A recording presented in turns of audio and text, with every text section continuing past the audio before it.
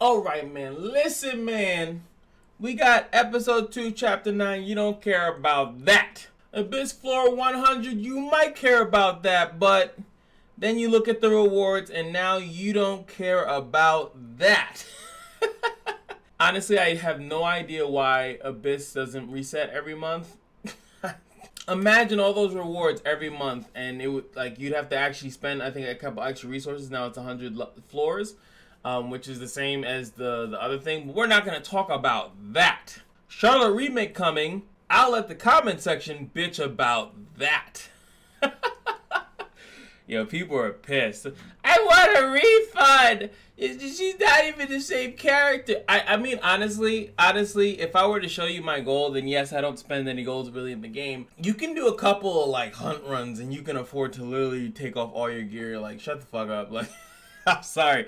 And I know. It's like, but I just spent it on this thing. It's like, yes, well, how these games are made, buddy. I'm sorry.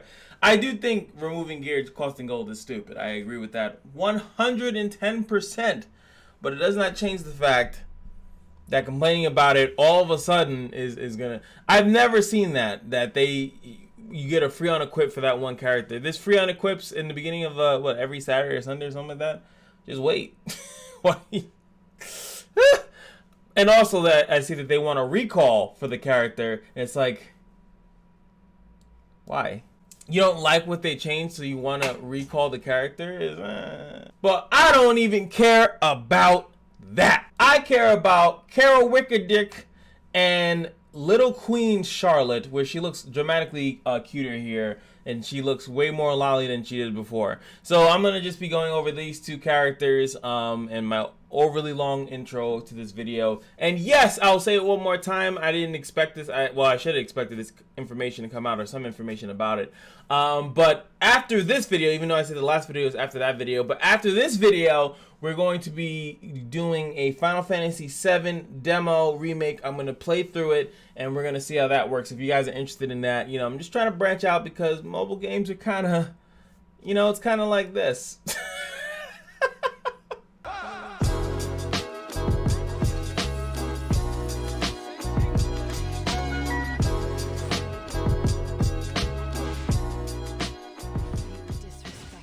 So first off, we're going to start off with Kawerik. Yes, we're going to start with Kawerik. And before anyone asks, yes, I'm very aware of the 7 Deadly Sins game. And yes, I know it's Netmarble. Yes, I know that I was really big in the Knights Chronicles. And though the game does look good, I really don't feel like playing another mobile game. And even though this game isn't that perfect and there's issues, and I know the bandwagon right now is on that game, is like, yo, just play 7 Deadly. I just don't feel like it. Maybe someone can convince me to change my mind, but I highly doubt that that's going to be the case. Gotcha needs. Anyway, first we're going to start off with Kawerik. Just had to get all my announcements out the way.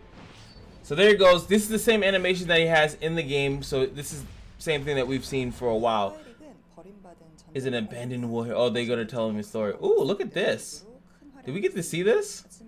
Maybe he has a side story, because they really should do a side story, which I've been saying they should be doing a side story for every new character that comes out, Moonlight included. But yes, I'll tell you a story. You don't have to read here, because I'm the lore master. Pretty much, he was a part of Witch Haven, and there was a part in which they needed these mages, these special type of mages, to actually fight in the war.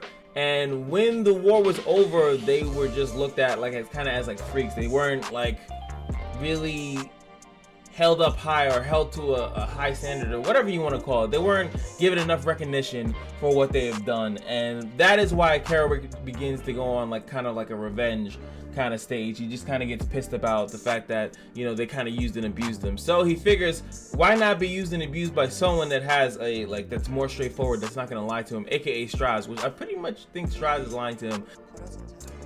Oh yeah, see, find out Requiem of the Forsaken. Yes, cool. Wait, he fights. That's Arbiter Raz. Ooh, where's that black outfit? Yo, that should look clean. I feel like a lot of these questions are the same stuff. Okay, so he is the voice actor. Cool. I enjoy these. I've always asked if you guys enjoy these. Even though I'm talking over them, it's because I can't understand, so I feel like there's no point. But I've always enjoyed these. I think that they should add these for every character to really show you what they're about, in case you happen to not know. And it adds more flavor to the character. It makes you like actually want to summon for them, not just because they might be strong. That's why I like ZEUZ and Pavel. And where the fuck is Ray? All right, here we go. 5-star elemental. Let's pause. Okay, what's with all these high-speed characters coming out? I think that they're like tunnel visioning on PvP. And if a character has low base speed, they have to be doing 18 other different things. But as we know, he's a fire mage. They're not going to change that. That'd be stupid. We can see that his crit chance is heightened. So it's probably due to his zodiac sign. I don't know. I don't have the zodiac signs memorized like that. You better be bugging. So yeah. So it looks like he's in one of them that his crit chance is going to be high. The rest of his whatever. All right. So I'm sorry. I'm going to pause you, Mr. Sir. Look at his skill 2 first. That means he has some weird setup shit. Throws the enemies into subspace and attacks with a 75% chance to dispel 1 buff before increasing cooldowns by 1 turn twice. So he has an S2 that has, it looks single target though, single target S2 that reduces cooldowns, which is good because as we just saw, he is kind of fast. So increase the speed of the caster for 2 turns. That's good. Damage dealt increases proportional to the target speed. So he's supposed to be fast, but he's supposed to somewhat outspeed it. I can't even say that because it could be that if they're slower, it does more damage. It just says proportional to the target speed. So I'm assuming the higher the speed is, the more damage it does to snipe out a target that is trying to go first and do something. So that's what it looks like. Effect chance going up 25%, so it goes up to 100%. And it also goes up to what's going on here? Oh my god, it skipped to the end. And I said he's the fastest mage. Interesting. And this is a 20 soul burn. That kind of sucks. 20 soul burn, but hopefully, you know, maybe something else with this kit. I love that attack though. It looks really cool. Because the buff's in targeted with the immunity said, yeah. Take the buff off, and then as you see, they know their meta, man. I've said this before, is that they know how their game works, so they even show you, hey look, you can use this on Bazaar. Why? Because Kawerik is fire, it's gonna work mostly the time, and you could probably do it on a Bazaar with the immunity set. They know what they're doing.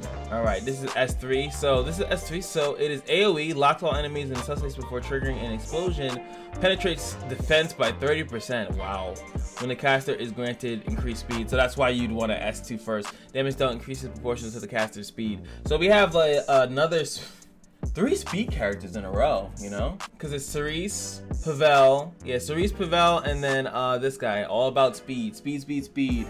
Wyvern 11, destruction. So, and even, no, I was about to say Soren's based off speed too, but she was not. ML Soren is just based off missing health, but you know, that's not even there. We got damage, and then cooldown. It's 5 turns, goes out of 4, that's usually what it is. So this is pretty good. I think it's an penetration defense, which means it's gonna actually do good, really good damage. I think only person that's done that was Ludwig, and Ludwig is not that fast. I'm spending a lot of time in him because I'm really interested in him. I'm assuming ML Charlotte's not gonna be that great, if I'm being honest. S1, approach the enemy with subspace and attacks, 50% chance to silence. Wow, that's strong. That is fucking strong. Let me just go back. I want to see what maybe he'll say it down here. Okay, he does not. All right, I just want to see how much that goes up to. 50, 60, 75% chance to silence on an S1. Holy shit. That is strong. Now, he doesn't have any combat readiness push. He does, however, have AoE skills. So for AoE skill mage, that's, you know, Etika Scepter. Well, not Etika, he can have Etika Scepter if he really wants to. Then this is his artifact, so let's read that as well. Caster's crit chance is increased by 12% at the start of the battle. Effect decreases by 1.2 every time the caster attacks, down to 6%. This is, they keep doing artifacts like this and it's kind of annoying. So the problem with an artifact like this, as you can see, if it's maxed out, 24% crit chance. On top of that, he starts off his turn, he can literally S3, it's a 24% crit chance. And then losing only 2.4, it's not that bad in comparison of you adding on the stats on top of him.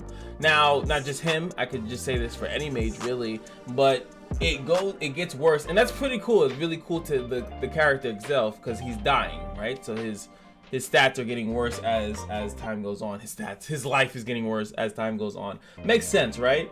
But you really need to get this max because just 12% I don't think is enough to warrant over the other mage artifacts that are in the game. When he S2s, and when he S2s, he's reducing their skill cooldowns, or increasing them, sorry. So even when they're not silencing, he's reducing skill cooldowns, and then he's trying to kill you with S3.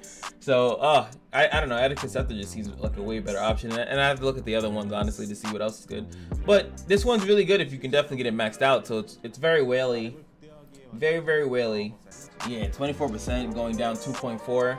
76 crit chance is very easy in my opinion to get. And then you can just go crit. He penetrates defense, so you know, attack, crit damage, and obviously some speed. Really hard. That's 4 categories. Let me know what you guys think of Kawerik. Let's bounce over because I'm not gonna be a greedy fuck and make 2 separate videos. Even though this video is going on long enough, let's go for hers. Looks like it's gonna be just as long. So this is new S3. That's like a single target. It is single target. Strong queen from a different world. And Aurora Lamar is a strong power. So this is what I've always wanted. The ML characters have their own stories, right? It's like they're listening to me or something. I might skip this if this just has nothing to do with this version of her. Okay, so she went into a chaos gate and then she's now in this, which was almost everyone else. I will not stop there. So she is a different. She's definitely a moonlight shade, but she just randomly comes to this world. They need to tighten these up, man. Does she is there like 2 Charlottes running that one country, like double queening? With Coley and Salzin Bezin. Balzin, Salzin. Wait, well, Ball and Sezin. There we go. Competitive, energetic, and sharp. Power is mature and vigorous. Sure, whatever. We made sure she looked younger for reasons undetermined. That's true. She's one big sword now. I like the S3 animation, and I like the sword. The sword is pretty cool. Look, like when you look out, like it's super anime. But it's all gonna depend on what the S3 does. But it means that I feel like she's not coming in. They both might not come out until like next month because she's a 5-star moonlight. Alright, so this is the S3, the Will La Mael. Smashes the enemy with a sword. With penetration, they're loving this shit. Deals increased damage against dark elemental here enemies, which is nice. Recovers health of the caster proportionate to the damage. That's pretty good. And you can soul burn it for an extra turn. So we're looking at a dark S3 snipe and gain another turn, and then we'll see what the S2 and the S1 does. That's pretty cool. And it's a 4-turn cooldown. So with the the soul burn, it's that's interesting.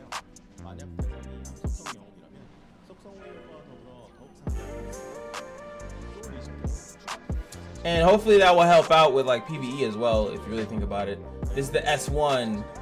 Attacks and gains immunity, and that's pretty cool because of Seaside Bologna, characters like that, and allows her to pretty much always have like that. And the S2 looking like a passive this time. Decreased damage suffered from a critical hit by 30%. Damage decreases damage suffered from a critical hit for all allies except for her by 10%. When more than one effect is, you guys know what that is. It's always the same thing. Increases combat readiness of the caster by 15% when the caster suffers a critical hit. It's almost as if she's like meant to counter like a Vildred or something like that, you know. So if she gets crit, it's not gonna do as much damage. If she gets crit, she's getting combat readiness. She can nuke him because he's a dark. She can also soul burn and get the extra turn, so she can nuke him, attack, get the immunity, so then she doesn't have to worry about the hit chance. It's almost as if she's meant to do that, because I can't really think of that many other characters that you're really worried about. Yes, ML can, guess what? You can just snipe him with the S3, doesn't matter. You can see that none of her skills say HP scaling, so she's still an attack-based character, it seems. So just with extra bonus of being somewhat defensive, like, so pretty good. Also, the Dark Corvus is also going to be good against. She's going to be good against him as well because of the penetration defense. So hopefully she'll be able to do enough damage. You could pretty much YOLO build her, it seems like. Yep. Oh yeah, that's true because ML Ken's S2 retaliation is a crit, so that's going to reduce the damage on that. But you're meant to kill him on the first swing, so there's that. So that's gonna be it for me. Who is better of the two? Who do you guys think is stronger if they had to go against each other? I'm thinking Kawerik. He's gonna get the first turn. He can silence her or S2 or bring her cooldowns down, right? And then just continually just have her just do nothing but S1s. But once she does do an S1, she will get her silence and she'll get her immunity, and then eventually she'll be able to S3. Depending on how much damage Kawerik has, you know, he could get around that. But he's not dark, so I feel as if Kawerik is overall a better character. I know I'm making them fight each other, but if you think about overall, I think Kawerik's kit very, very versatile, very easy to use amongst many different platforms, PvE, PvP. Charlotte looks like ML Charlotte looks like she has to pretty much fight somewhere specifically against certain kind of characters. Hopefully we will eventually see the S3, like how much damage it does on non-dark targets, to see if it's actually worth to bring it in. Like, oh, I can still snipe a target with that. And like I said, with the lovely soul burn, it gives her the extra turn. She can S3, S1, really keep herself safe. And I think that she'll still do good, just because the S1 gives her immunity every turn, do really good against characters that have bullshit on counter. Kind of makes her a little bit annoying to fight against, like a Charles. Charles will always have a buff if she dual attacks, or if she attacks, Charles will be able to have that proc on the smash. But it's whatever. But what's not whatever is, like I said, thank you guys so much for sticking around this long in the video. I know it's long because I talk too much, but Final Fantasy VII demo remake videos will be coming out after this, once it's done downloading, I promise. And then, of course, remember that every day at the Kashino is your lucky day, and I'll see you guys in the next video. Peace.